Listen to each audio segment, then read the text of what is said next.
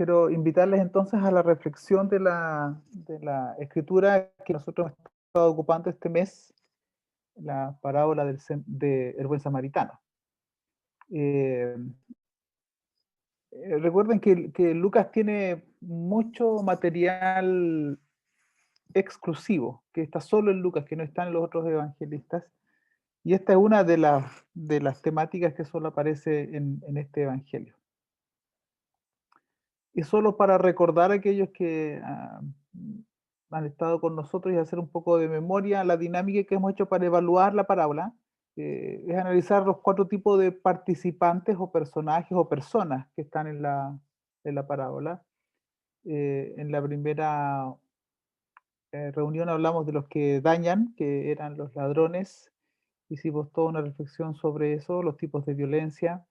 Luego hablamos los que olvidan lo fundamental y nos concentramos en el sacerdote y el levita, incluso eh, sabiendo que esa figura, el sacerdote y el levita, coloca en el tapete o en la discusión un elemento fundamental, y es que es posible que su religión los haya vuelto indiferentes.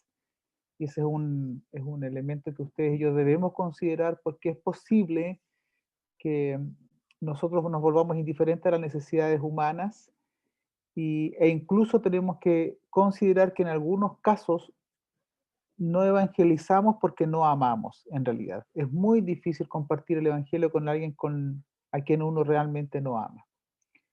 La semana pasada hablamos de los que hacen el bien, ahí dimos algunas sugerencias prácticas, y hoy día vamos a hablar de los que son dañados injustamente.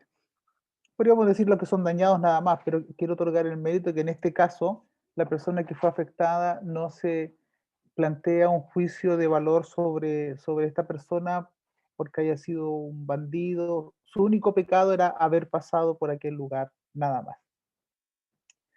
Eh, y me parece muy necesario que hablemos de esta persona que comúnmente pasa invisibilizada. No sé si les ha pasado o no que cuando ustedes escuchan alguna reflexión sobre la parábola del buen samaritano, eh, siempre se habla un poco del levita y sacerdote, y está bien que nos concentremos y también se habla del samaritano bueno, pero los ladrones que maltrataron, nadie dice nada de ellos.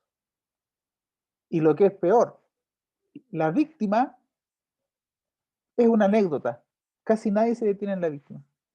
Y a mí me llamaba un poco la atención cuando hacía mi propia lectura, porque claro, yo no había dado cuenta de que hay un ser humano que es una historia, está bien, pero hay una persona que sufrió y no nos imaginamos en sus zapatos. Eh, Y lo que quiero explicar es esto. Es fácil juzgar al, al sacerdote y al levita porque fueron indiferentes. Pero nosotros podemos pasar por la parábola y tampoco habernos detenido en el que sufre. ¿Me logro explicar? Igual fuimos indiferentes. Es decir, cuando leemos el texto, cometemos el mismo error que el sacerdote y el levita cometió, que no vemos al que está sufriendo. Pasamos por ahí es una anécdota, no nos detenemos el- ni intentamos imaginar lo que pudiera haber estado viviendo en esa situación.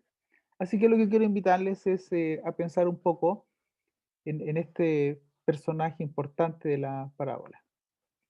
Dice el texto que un hombre descendía de Jerusalén a Jericó y cayó en manos de ladrones, los cuales le despojaron e hiriéndole se fueron dejándole medio muerto. Subrayo intencionalmente esos elementos del texto porque, insisto, a veces pasan desapercibidos. Lo despojaron de lo que tenían, lo hirieron y lo dejaron abandonado. Eh, yo no sé cuál de las 3 situaciones son más dolorosas. Pero eso es una descripción fuerte, eh, con con muchas señales de inhumanidad y mucho sufrimiento también. Eh, yo quiero proponer algunas observaciones sobre este dato que está registrado por Lucas y que nos llega después de 2000 años más o menos. Primero, una observación, eh, y permítame decirlo de esta manera, en ocasiones la vida no es justa. No sé si están de acuerdo conmigo o no. A veces a gente buena le va mal y a gente mala le va bien. ¿Han tenido esa experiencia de pronto? Y a los que más nos cuesta convivir con esta observación es a los creyentes, porque pensamos que a los creyentes, en tanto creyentes, nos tiene que ir bien. Por ejemplo, para el terremoto y tsunami que hubo en el año 2010, yo escuché muchos discursos evangélicos, desde aquellos que decían, ¿cómo es posible que Dios no me haya dicho que iba a haber un terremoto? A otros que dijeron, mire, el tsunami pasó como a media cuadra de mi casa, pero mi casa no la tocó porque el Señor me estaba protegiendo. No importa que la casa del vecino y de todos los vecinos haya quedado totalmente destruida, pero ese pensamiento un poquito sobreprotector de parte de Dios no se condice con la enseñanza bíblica. Recuerden que cuando Jesús habla de en la conclusión del Sermón de la Montaña que ustedes estudiaron, dice que lo único que distingue al hombre sabio del hombre necio es que pone en práctica la palabra, y al poner en práctica la palabra se evidencia si construyó sobre la roca o sobre la arena. Pero a ambos, al sabio y al necio, le ocurren las mismas cosas. ¿Qué cosas? Llega la lluvia, llegan los vientos, suben los ríos. A todos nos pasan las mismas cosas. Solo que esas crisis evidencian sobre qué fundamento ustedes y yo estamos construyendo nuestras vidas. Entonces, en ocasiones, amigos, hermanos, la vida no es justa, parece. Es cosa de leer el Salmo 73, el Salmo de Asaf, cuando él dice, están pasando cosas complejas en mi vida y veo algunos malos que le está yendo bien y él entra en molestia con Dios. A veces, amigos, nos van a pasar cosas que no tienen mucha lógica y que nos puede parecer muy injusta. De hecho, recuerden esto, el sufrimiento, el sufrimiento es un problema emocional. Eh, ¿En qué sentido? Todos sabemos que vamos a sufrir, todos sabemos que nuestros seres queridos van a morir, sabemos eso. Lo complejo es que cuando lo vivimos, una pregunta que surge de inmediato en nuestras vidas es, ¿por qué me pasa esto a mí ahora? Porque la razón podría inmediato entregarnos una respuesta, ¿y por qué no tendría que pasarte? Pero es tan difícil emocionalmente sobrellevar el sufrimiento que lo que ustedes y yo tenemos la tendencia a realizar es buscar un responsable. El primer responsable es Dios en nuestra mente, solo que no nos atrevemos a decirlo. Pero es tan terrible el dolor que intentamos compartir la carga que ese dolor genera con otras personas y atribuir la responsabilidad a otras personas porque no es posible que esto nos esté pasando a nosotros. Pero hay que reconciliarse con este concepto. La vida a veces no es justa, hermanos. A gente buena le va mal en ocasiones. Y si usted no cree eso, es cosa de ver a Jesús en la cruz. Un hombre que pasó por esta vida haciendo el bien y la religión de su tiempo, los buenos de su tiempo lo rechazaron y lo colgaron desde una cruz. Y a veces lo que es peor, a cierta gente mala le va súper bien. Y eso es muy complejo digerirlo. Porque uno se pregunta, bueno, entonces, ¿para qué creer? Y hay una serie de, eh, preguntas que comienzan a surgir en nuestro pensamiento. Hay gente que sufre injustamente. El momento equivocado, la confianza que no fue retribuida, tener la ideología distinta. Yo podría, por ejemplo, relatar confesiones que yo he escuchado, no voy a decir personas, pero por ejemplo, pastor, mi, mi padre es un detenido desaparecido y a mí me cuesta relacionarme con gente del mundo militar por tener una ideología diferente. Pastor, eh, fui abusado, abusada por un familiar, eh, en la en mi dormitorio, mientras mis padres estaban en la pieza continua. Situaciones de sufrimiento, injustas. Estuvo en el momento equivocado, entre comillas, o la confianza que se depositó en alguien no fue retribuida, o sencillamente porque se pensaba de una manera distinta. Hay mucho dolor que es injusto.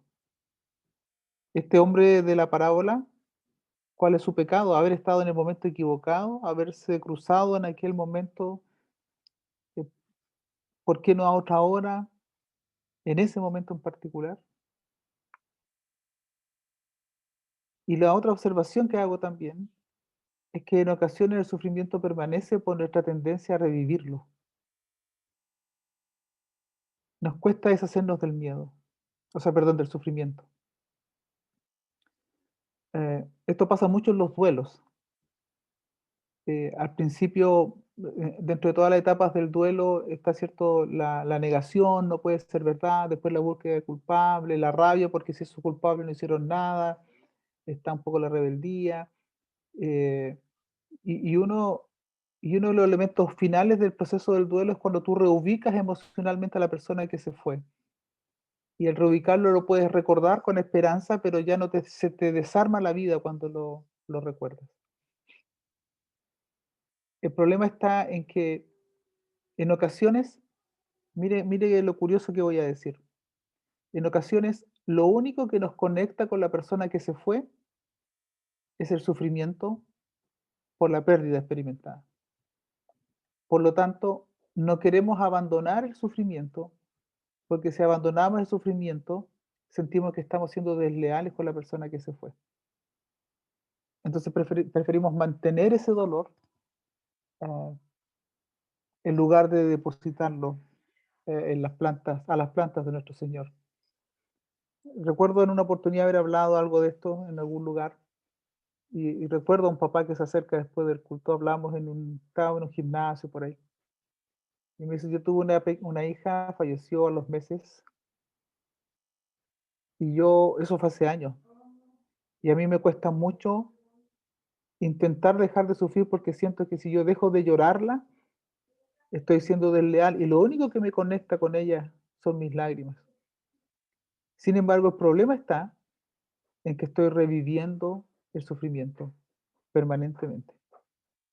De hecho, en algunos casos, cuando hay la necesidad de perdonar, por ejemplo, cuando alguien nos ha dañado, uno en lugar de perdonar lo que hace es generar resentimiento, y resentimiento es volver a sentir, volver a sentir, volver a sentir, repasar todo de nuevo, volver a experimentar. Eso es resentimiento, y eso solo permite que el dolor de ayer nos siga dañando todos los días de nuestra vida, porque no hacemos un proceso de dejar ese dolor a las plantas de nuestro Señor.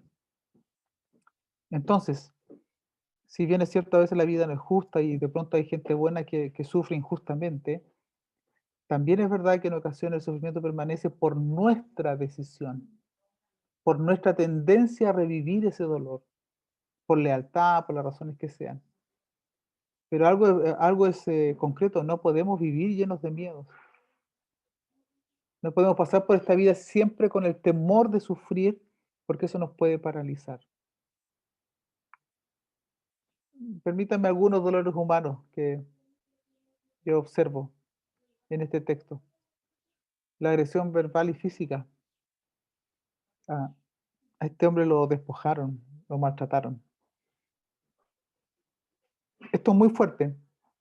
De hecho, el que controla su lengua puede llegar a controlar el mundo, ¿ah? Eh, a veces pienso que la agresión verbal puede ser tanto o más profunda que la agresión física.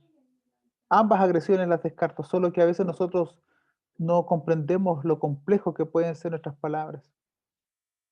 Dígale a un hijo suyo que es tonto, y no hay cómo sacar esa idea, de su mente durante una buena parte de su vida. Dígale a alguien que no lo quiere, y esa palabra, digamos, se instala en la memoria emocional del otro y es muy difícil zafarse de lo que esa palabra puede generar o esa expresión puede generar en nosotros. Algunos dolores humanos son provocados entonces por la agresión verbal, como esta persona, por la agresión física. Hermanos, quiero pedirles que no, no incluyamos, no aceptemos ningún tipo de violencia hacia el otro en nuestras comunidades de fe y tampoco en nuestras familias. Hace algún tiempo atrás en algún sector hice un estudio y algunas reflexiones bíblicas sobre la violencia y me encontré con esta expresión que es tragicómica, eh, hablando de que algunas mujeres eran violentadas por sus esposos. Uno de los comentarios que surgían de las mujeres era el siguiente: bueno, por algo le pegará al esposo. Es decir, si el esposo la golpea, la hermana en este caso, pudiera ser, es bastante fregada, decimos acá en Coronel. Es bastante complicada la hermana para que el esposo incluso llegue a pegarle. ¿Y sabe dónde salían esas expresiones? Donde eran más validadas en las iglesias evangélicas. Porque como el marido es cabeza de la mujer, puede hacer lo que quiere. Y yo quiero pedirles, hermanos, que renunciemos a las agresiones verbales y físicas en nuestras relaciones interpersonales. Otro dolor, otro sufrimiento es el abandono. Cuando las palabras no se condicen con la agenda, ni con la fe, ni con el amor declarado. Te amo, eres lo más importante para mí, no podría vivir sin ti, yo lo hago todo por ti. eh, Sin embargo, hay experiencias y hay sensaciones de abandono. Yo no soy importante. Hermanos, especialmente los que somos padres, recuerden que algunas cosas que son, las observamos como pequeñas para nuestros hijos pequeños, para ellos son grandes, porque su experiencia es corta. Y tenemos que aprender a validar y comprender la importancia que ellos le asignan a ciertos gestos.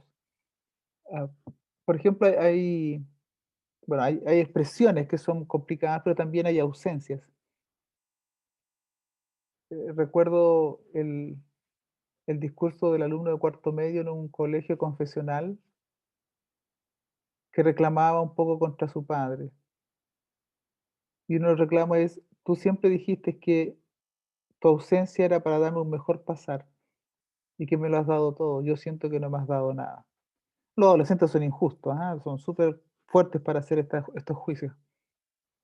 Pero cuidado, nosotros podemos abandonar a los nuestros sin darnos cuenta. Tenemos que hacer el ejercicio de evaluar si eh, nuestras palabras están directamente relacionadas con nuestra agenda o no, con la forma en que administramos el tiempo. Recuerde que tiempo es sinónimo de vida. A lo que tú le asignas tiempo, a eso le asignas vida. Cuando tú declaras fe o cuando tú declaras amor, eso tiene que tener una consecuencia con la agenda en la medida de lo posible. Eh, Agresión verbal, abandono, abuso. Cuando el otro se apropia de algo nuestro, de mi intimidad o de algún elemento monetario, qué sé yo. Pero el abuso va más allá, es cuando por una circunstancia de poder, por el imperio de la fuerza, yo me apropio de algo que te pertenece, o alguien se apropió de algo que era mío.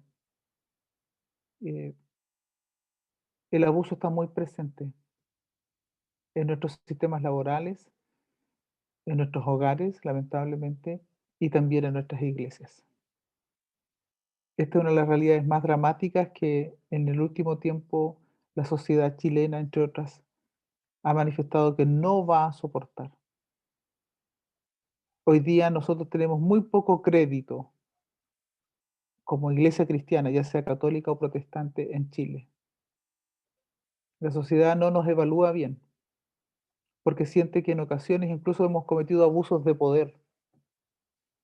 Eh, los que ejercemos el ministerio, en muchas oportunidades hemos olvidado que servimos en el liderazgo. Y en lugar de aquello, lo que hemos hecho es empoderarnos, es someter a la gente y hablar de sometimiento, pero sometimiento a mí, no a la escritura, no a Dios, sino que sometimiento a mí. Y empiezo a manipular. eh, el profesor que abusa de su cargo para violentar a un niño, a una señorita. El jefe que por el imperio de su cargo violenta y abusa del que gana menos. Mire, un simple ejercicio que yo critico, la persona que es capaz de tutear al portero aunque tenga 40 años más que él, pero que no tutea al que tiene 10 años porque es su jefe. Vea la relación. Bueno, a él lo tuteo porque tiene 60 años, el portero, entonces no es tan importante, pero a este otro que es menor que yo no lo tuteo porque es mi jefe. A mí me duele ese tipo de situaciones. El respeto es el respeto en tanto ser humano, persona. Valioso porque es persona. Otra observación, no solo sufrimos por el daño de los malos, sino por el abuso, abandono e indiferencia de los buenos, como fue el caso del levita y del sacerdote. Es verdad que los que le hicieron daño a este hombre fueron los ladrones, pero por último ellos son malos y no esperamos nada de ellos. Pero que los buenos pasen por al lado tuyo y no te comprendan y no te tiendan una mano, es mucho más decepcionante. Y en eso tenemos que detenernos a reflexionar ministerialmente.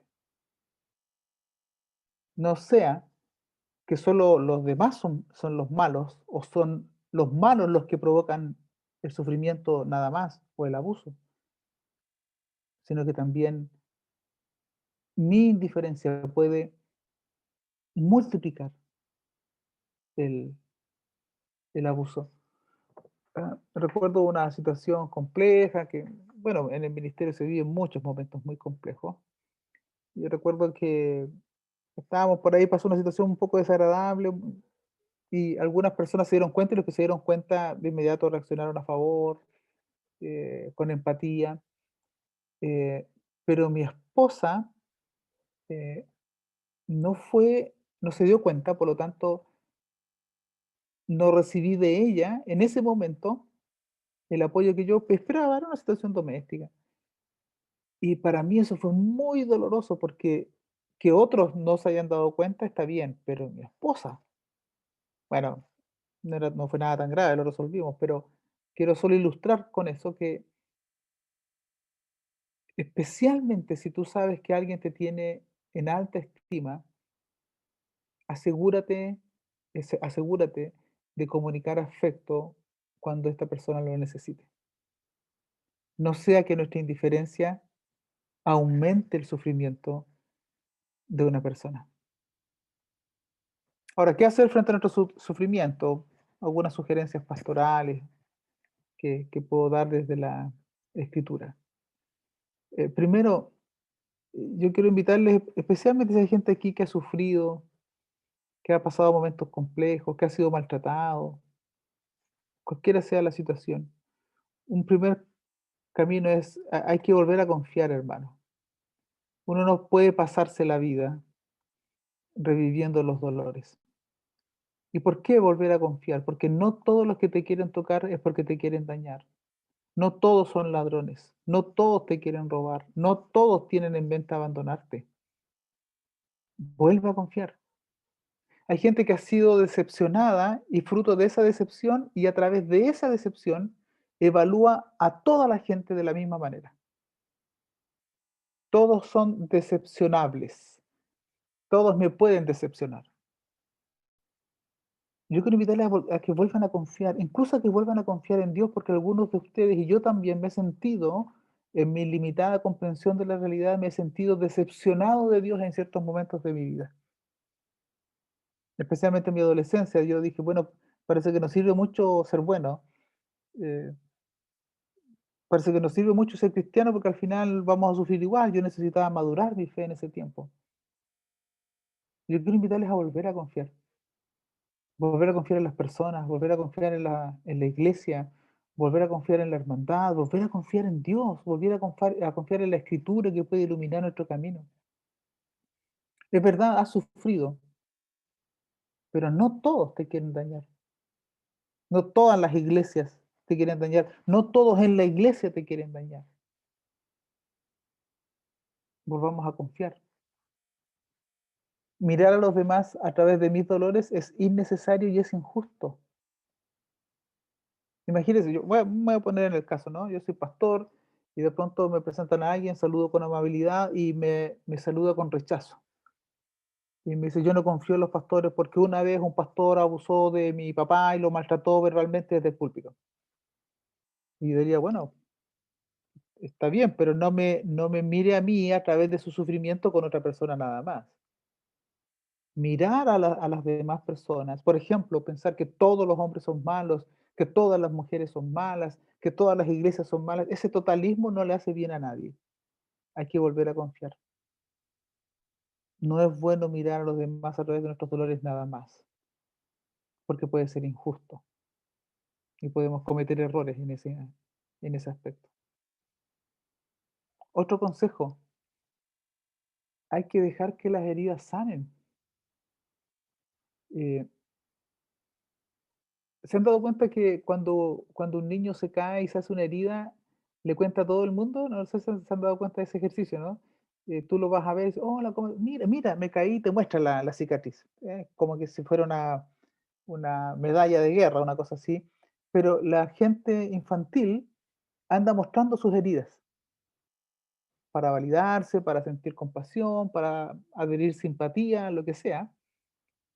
Y el problema es cuando tus heridas te validan y cuando tus heridas capturan la atención, tú no vas a permitir que sean curadas porque son las que te otorgan relevancia, desde tu perspectiva, relevancia en la mirada de otros. Ese es un segundo consejo, es dejar que tus heridas sean curadas. No caigamos en la autoconmiseración, pobrecito de mí, ¿no? No busques eternizar tus dolores y no te valides en los dolores. Tú y yo somos más que nuestro dolor. Solo la gente infantil se valida a través de los dolores. Nosotros tomamos los dolores y lo vemos como una forma de aprender, de crecimiento incluso. Difícil, por cierto, pero hay que permitir que las heridas sean curadas. Nunca olvido, bueno, es una anécdota muy sencilla, cuando era niño fuimos a jugar por ahí con mis hermanos y ellos no encontraron nada mejor que hacer una competencia quién tiraba piedras mejor y a mí me rompieron la frente. Pero fue una cosa muy, muy pequeña. Pero yo tenía la edad suficiente para considerar que mis padres tenían que ver esa herida. Y caminé, de haber tenido yo unos 7 años, caminé mucho rato y llorando, especialmente yo quería que mis padres me vieran llorar, que vieran mi sufrimiento y que vieran mi herida. Bueno, la herida era tan pequeña que ni siquiera sangró lo suficiente como para justificar tanta parafernalia que yo armé alrededor de aquello. Bueno, lo comprendería porque yo tenía 7 años. Pero hay que dejar que las heridas sean curadas. No asignarnos valor porque tenemos tal o cual herida. Insisto, tú y yo somos mucho más que nuestros dolores. Una observación sobre esto mismo de dejar que tus heridas sean curadas. Cuando hable de tus dolores, no olvides hablar de los samaritanos que te ayudaron. A veces nos concentramos mucho en algunas cuestiones que para mí son equivocadas. Por ejemplo, concentrarte en los ladrones y concentrarte en tus heridas perpetúan tu dolor. Concentrarte en el samaritano es comunicar esperanza de sanidad. Eh, he vivido esta experiencia cuando no era pastor y cuando he sido pastor. Ah, recuerdo cuando joven haber visitado a una persona de nuestra iglesia que estaba enferma. Acostumbramos a visitar mucho en las casas, hoy día no se da mucho eso porque se generan muchas incomodidades, pero visitábamos mucho. Y recuerdo que una hermana estaba enferma, después de haber orado por ella y todo, ella ocupó parte de su tiempo para quejarse de que el pastor que teníamos en ese tiempo no la había ido a ver. Y nosotros nos miramos con las demás personas diciendo, oye, ¿y nosotros qué estamos haciendo aquí? Digamos, somos parte de la iglesia, el pastor está coordinando este trabajo, pero ella lo único que destacaba era la ausencia eh, del pastor, y al concentrarse en la ausencia de ese pastor, no miraba nuestra presencia. ¿Me doy a entender?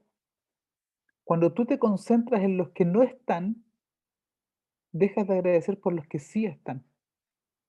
Algunos que no están no pueden estar. E incluso, tal vez dolorosamente tengamos que admitir, algunos no quieren estar, pero hay otros que sí están ahí. El samaritano no es perfecto, pero estuvo ahí. Entonces, cuando tú quieras elaborar tus heridas, tienes que permitir el otorgarle mérito a aquellos que te ayudaron. Pero cuando tú te concentras en los que te ayudaron, te concentras en tu sanidad, no perpetúas el dolor, sino que comienzas a pensar en aquello que te ayudó a salir adelante. No te concentres tanto en los ladrones. Eh, recuerdo haber hablado con alguien, eh, una persona brillante, doctora en psicología, y que estaba pasando por una situación compleja. Imagínense, yo era muy joven, pastor joven en aquel tiempo, y pensaba, ¿qué puedo decirle yo como pastor a una persona que es erudita en el área de la terapia y de la psicología? Así que después de escucharla, cuando me di cuenta de lo que me decía, se me ocurrió este consejo muy pintoresco. Yo le dije, sabe, yo pienso que usted se quedó pegada con esa situación y no se atreve a dar vuelta a la página. Eh, al tiempo me dio gracias porque por fin alguien le había dicho cuál era su problema. Yo no podía creer, bueno, cuando uno está en un problema, está tan inmerso en ese problema que a veces no ve la solución aunque esté ante sus ojos. ¿Por qué recuerdo ese detalle? Amigos, en algunos momentos hay que cerrar un ciclo, hay que dar vuelta a la página. No permitas que el dolor de ayer te siga dañando el día de hoy. Frente al sufrimiento hay dos respuestas bíblicas. Si tú eres el que hizo daño, entonces vas a sufrir por la culpa. Y el único camino es pedir perdón. Y Dios puede quitar nuestra culpa. Si podemos restituir, amén. Pero si no podemos, algunas cosas no se van a restituir. Dios puede traer libertad a través del perdón. Y si a nosotros nos han dañado, el camino es el mismo. Llevar nuestro dolor a los pies de la cruz y perdonar en el nombre de aquel que nos perdonó a nosotros. No digo que sea un ejercicio fácil, pero es un acto concreto de fe que nos permite cerrar un ciclo y no permitir que el dolor de ayer nos siga dañando hoy. Incluso se da esta paradoja que en alguna ocasión alguien que me hizo daño haya pedido perdón a Dios y Dios lo haya perdonado y hoy día pueda vivir en libertad gracias a ese perdón y yo lo sigo martirizando y aumenta mi rabia saber que esa persona está bien, que más encima el Señor la ha bendecido. Bueno, eso sucede porque yo no quiero que mis heridas sean curadas. Hay que orar pidiendo al Señor que nos ayude a ver a los samaritanos que nos cargan en sus caballos, que pagan a veces nuestros tratamientos y, y desde esa perspectiva ser agradecidos por la respuesta que hay para superar nuestros dolores y no para eternizarlos. Y tercero, por lo mismo, agradeces por los que están en lugar de sufrir por los indiferentes. es verdad, el levita y el sacerdote fueron diferentes, pero el samaritano estuvo. Seamos agradecidos. Ah, recuerdo que para el terremoto del 2010, al cumplir un año después del terremoto, me pidieron predicar en algunos lugares y a mí se me ocurrió algo nomás y les dije, mire, ¿sabe? Para el terremoto hay harta gente que fue solidaria con nosotros.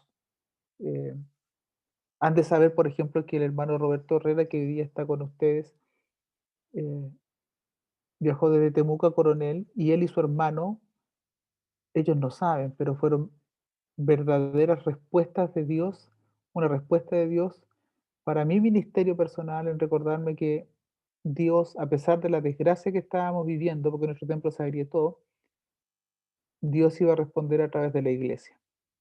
Y recuerdo a Roberto que nos vino a dejar ayuda y la iglesia bautista de Betel nos ayudó en ese tiempo. Fue la primera ayuda que recibimos. Y yo nunca olvido ese detalle. Entonces dije en ese sermón, después de un año del terremoto, seamos agradecidos con los que nos ayudaron, con los que nos dieron agua, con los que nos trajeron alimentos. Y en una comunidad donde prediqué eso, recuerdo que hubo gestos muy lindos de los que yo supe después. Por ejemplo, una persona me dijo, ¿sabe? Mi vecino nos dio luz durante 2 días porque hubo un problema y qué sé yo. Y después pasó esto y nos llevaba cómo hacer un gesto. Y ahora que es un año, pasó a comprar un dulce y le entregó, mire vecino, yo después de un año quiero recordar y agradecer lo que usted hizo por nosotros. Un gesto, pero agradecer por los que estuvieron, por los que están. Hacer ese gesto, porque al agradecer por los que están, estamos agradeciendo a Dios que puso personas a nuestro lado para ayudarnos. En ocasiones, amigos, hermanas, hermanos, sufrimos pensando en aquellos que no nos vieron. ¿Cómo es posible que no me ayudaran? En lugar de ser agradecidos por los que han dado tiempo, dinero y afecto por nosotros. Hay que ser selectivos con el recuerdo, en pro también de nuestra sanidad. Y cuarto, defina su vida y su valor en Dios, especialmente a los que han sufrido. ¿Qué quiero decir con esto? Dios no te pensó para estar desnudo y herido en el camino. No es tu culpa. Y esa circunstancia no te define a ti. Dios no te pensó para estar así. Ese no es el propósito de Dios. El daño que otros te causaron los define a ellos, no te define a ti.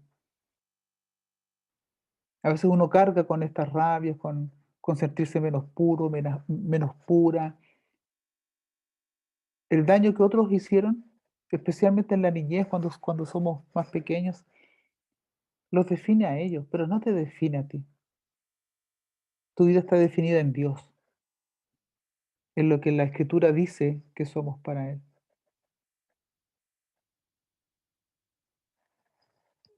No es lo que otros dicen de nosotros, es lo que Dios dice de mí. Para mí eso es muy importante, porque la gente se da ciertos gustitos con uno y puede enjuiciarlo, criticarlo y calificarlo incluso de una manera. No es lo que otros dicen de mí. Yo tengo que saber a quiénes voy a escuchar y a quiénes les voy a otorgar autoridad para que me ayuden a conocerme un poco más. Y el primero de todos será el Señor, que es lo que Él dice de mí. Esto especialmente a los que han sufrido. No permitas que ese sufrimiento te defina, incluso en tu dignidad. Define tu vida y el valor de tu vida en lo que Dios dice de ti y de mí. ¿Qué dice Dios? Dios dice que nos ama con amor eterno. Con amor eterno te he amado, por tanto te prolongué mi misericordia.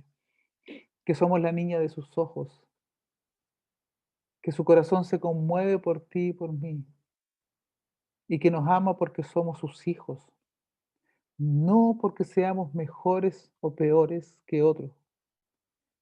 Y la Escritura dice también que nada, absolutamente nada, nos puede separar de su amor en Cristo Jesús.